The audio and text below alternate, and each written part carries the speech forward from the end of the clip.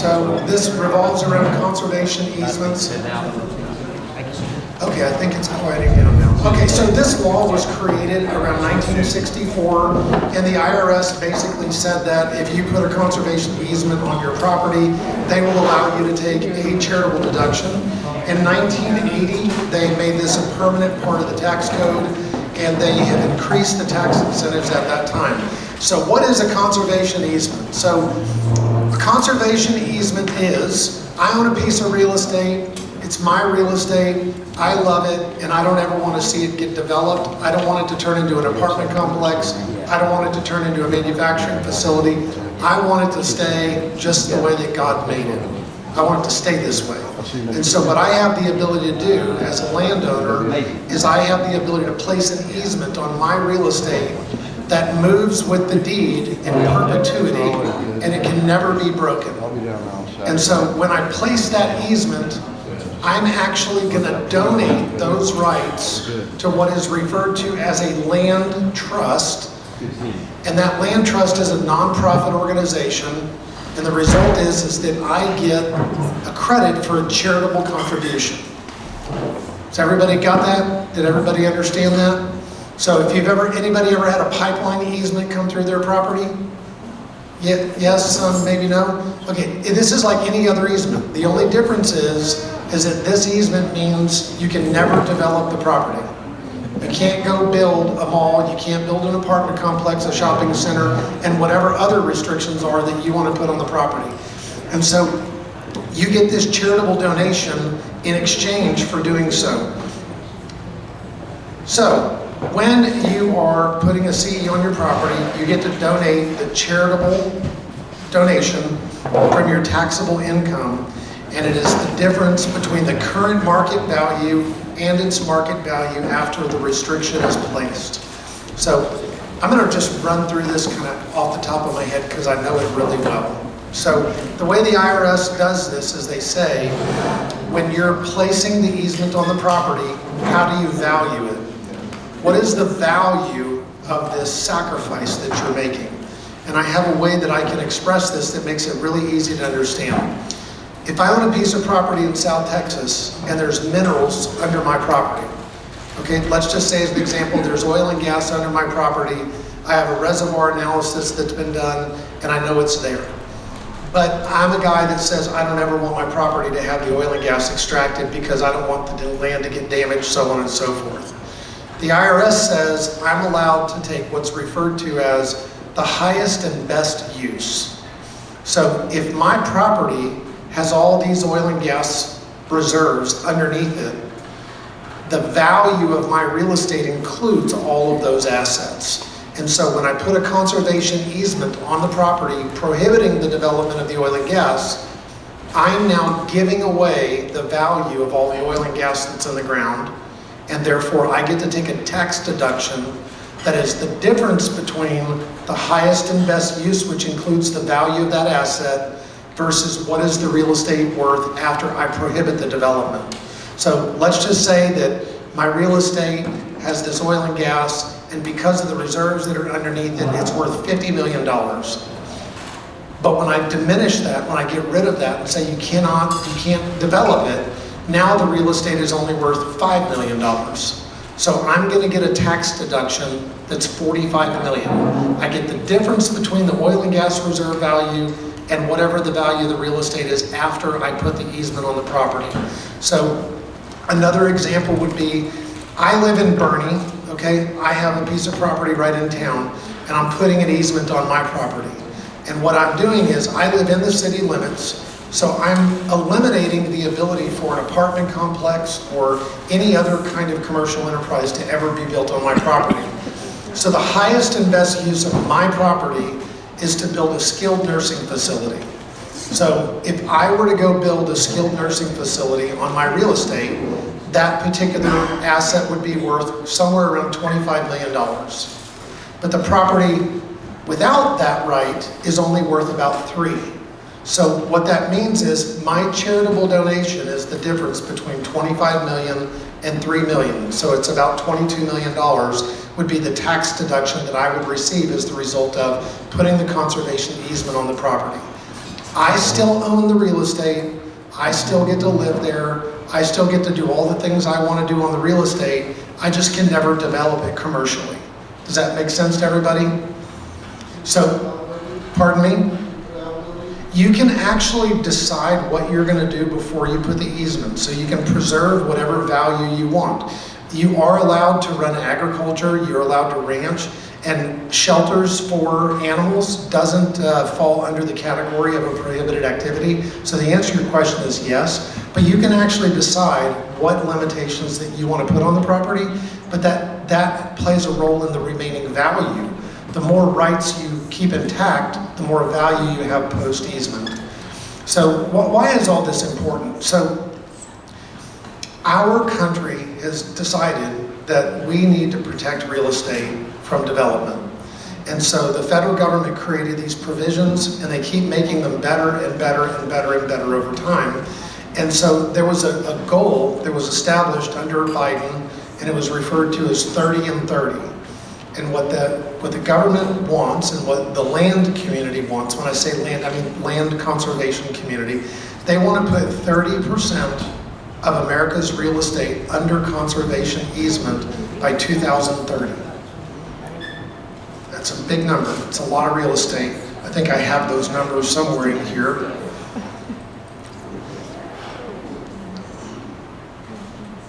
Let me see if I can get to it.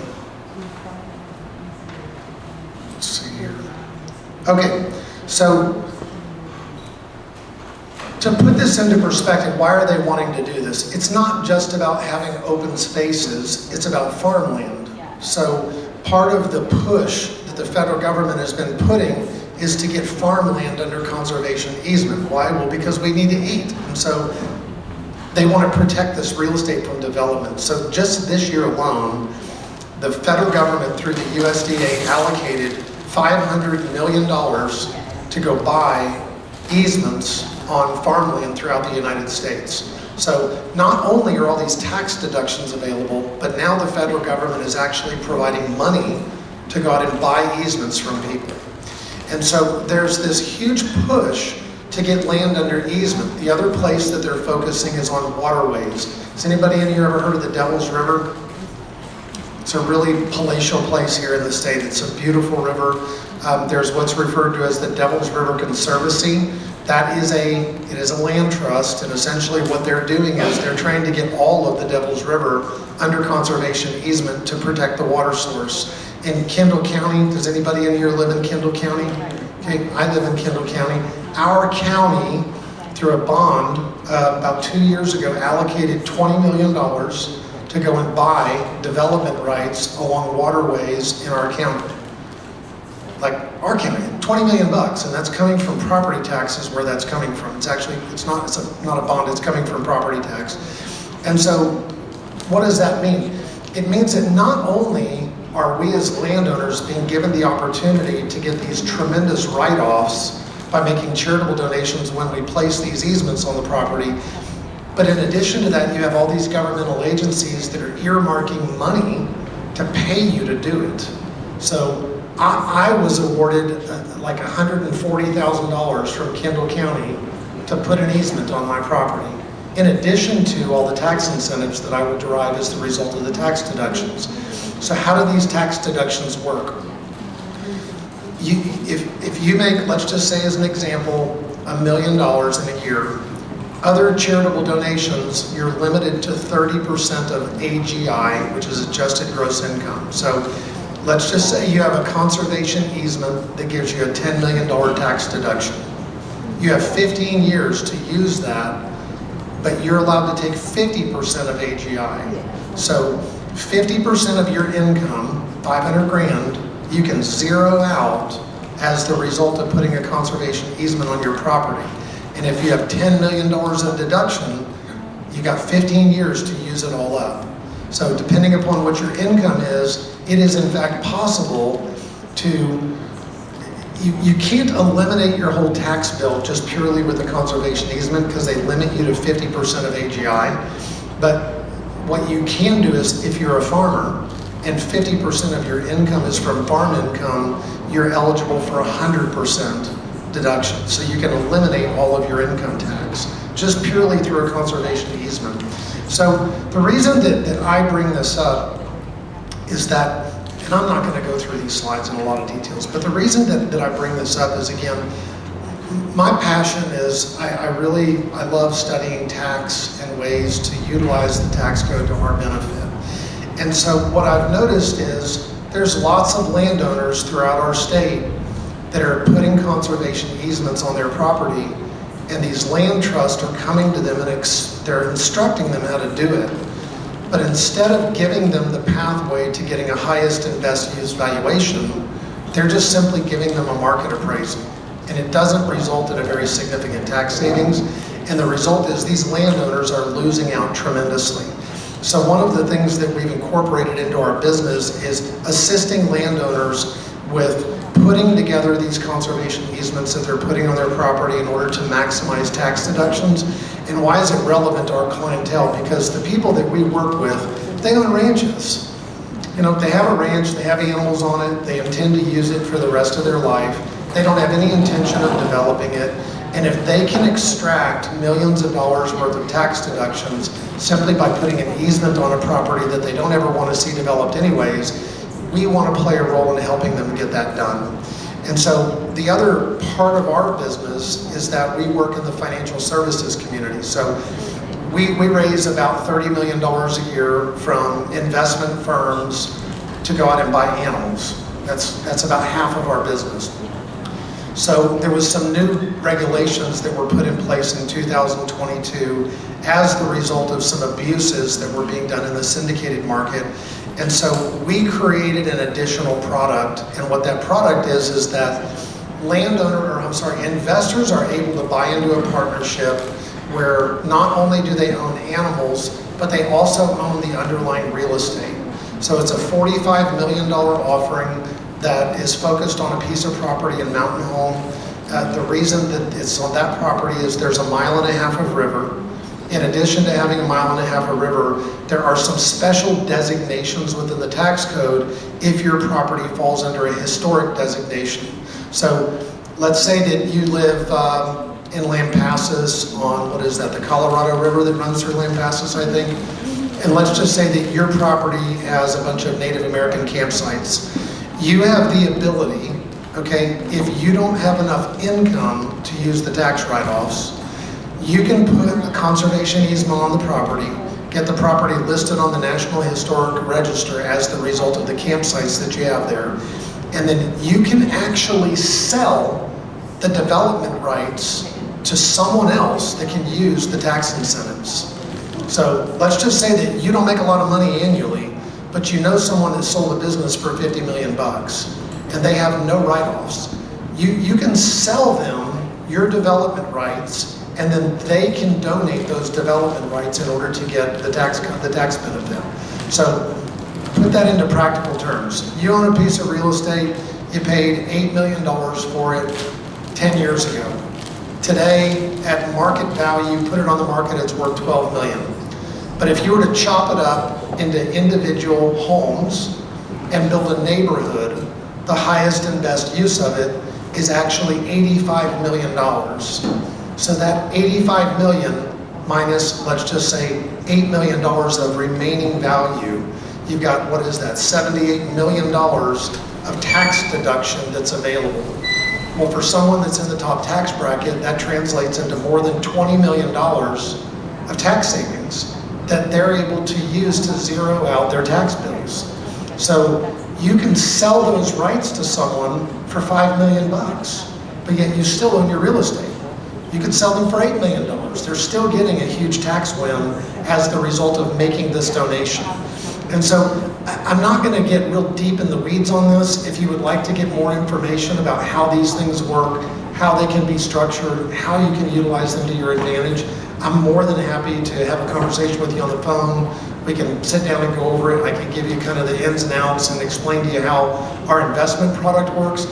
But if you haven't looked into conservation easements for your property and you're not planning to develop your land into windmills or a caliche mine or a neighborhood or whatever, if you would prefer to see your land as it is, there are lots of land trusts that would love to see you put an easement on it. They would love to see you do that. And what we're really good at is showing people how to extract maximum financial benefit as the result of doing so. So again, I'm not going to go through this in great detail, but does anybody have any other questions just based on what I've gone over related to this thus far? Brian, Yes, sir. is there a minimum acreage requirement? So where I live, the property that I'm putting an easement on is 14 acres. So the answer is no. If you have a piece of property that's in the middle of downtown San Antonio next to the Alamo, and right now it happens to be a law firm, and you're going to rip the building out and you want the property to stay vacant for forever, and it's only 1/3 of an acre, you can do that. And then my other question is, and I'm assuming, based on what you said earlier, you can buy a piece of property with a solar tank and putting it into a conservation. You absolutely can do that, yes. It is... So like, person, for instance, that had a $50 million business sold. Yes. They can go buy a piece of property for $2 or $3 million themselves, but they can buy your right. That's correct, absolutely. And so just for example, the government has done us this great benefit of proving that we're allowed to do this, because what the government is doing is the government is providing capital to go out and buy development rights, and then they're giving them a land trust. You have both city, county, state, and federal government doing this. There's investment companies that did this for a long time. They unfortunately were abusing the system. They were creating bogus appraisals, and they were doing other things that were not very legitimate. And as the result of that, the land trust community lobbied against this and got the laws changed. They put a 3-year hold in the event that there's more than one owner. So there are exemptions for that. The historical designation is one of the exemptions. But the long and the short of it is, yes, you can. This is a financial planning strategy that is used by the wealthiest of the wealthy in this country. I'm sure many of you have heard people talk about Trump and his golf courses, how they have easements placed on them, and he's got all these other properties with easements on them. This is a tool that is used by very, very wealthy people for financial planning. It is not something that's obscure or lacking clarity. It is something that's long-standing, and it's been used by people since the 60s. But the problem is there's not great representation showing people how to get the maximum amount of financial benefit from doing it. And the land trust community is made up of a bunch of greenies. It's made up of people, they're not tax savvy, they're not financially focused. They just want to protect the mockingbird, or the parakeet, or the whatever grasshopper it is that's hopping around. Yes, sir.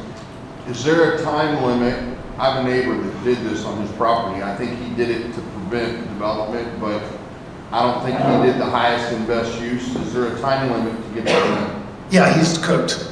Too late. Okay. Yeah, once you do it, you're done. And unfortunately, these land trust communities, when they're representing people, they don't understand what highest and best use means. But the law is very clear that you're sacrificing your potential benefit that you could derive from that real estate by putting this easement on it. And so that is what highest and best use means. It's very clearly stated. And unfortunately, the land trust community, when they're guiding people through the process, all they do is hire a real estate appraiser. They do not get a business appraiser. And what's required in order to get this done is you need a sophisticated appraiser that is also experienced in appraising businesses. And there's not a lot of appraisers out there that are qualified to do it. Any other questions about this? It's a really, really powerful tool, and it's really worth exploring if you love your real estate and you want to see it protected.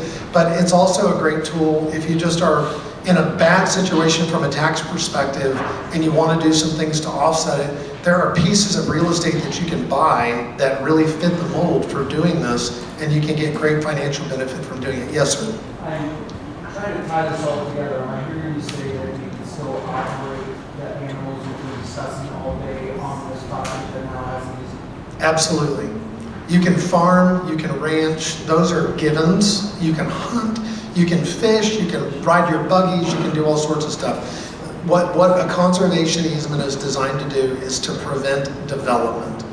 It's basically to create natural spaces and to prevent development of the property. But this is the great news about this, and land trusts are not going to tell you this. You as the landowner get to decide exactly what limitations that you want to place on the property. You get to make that decision.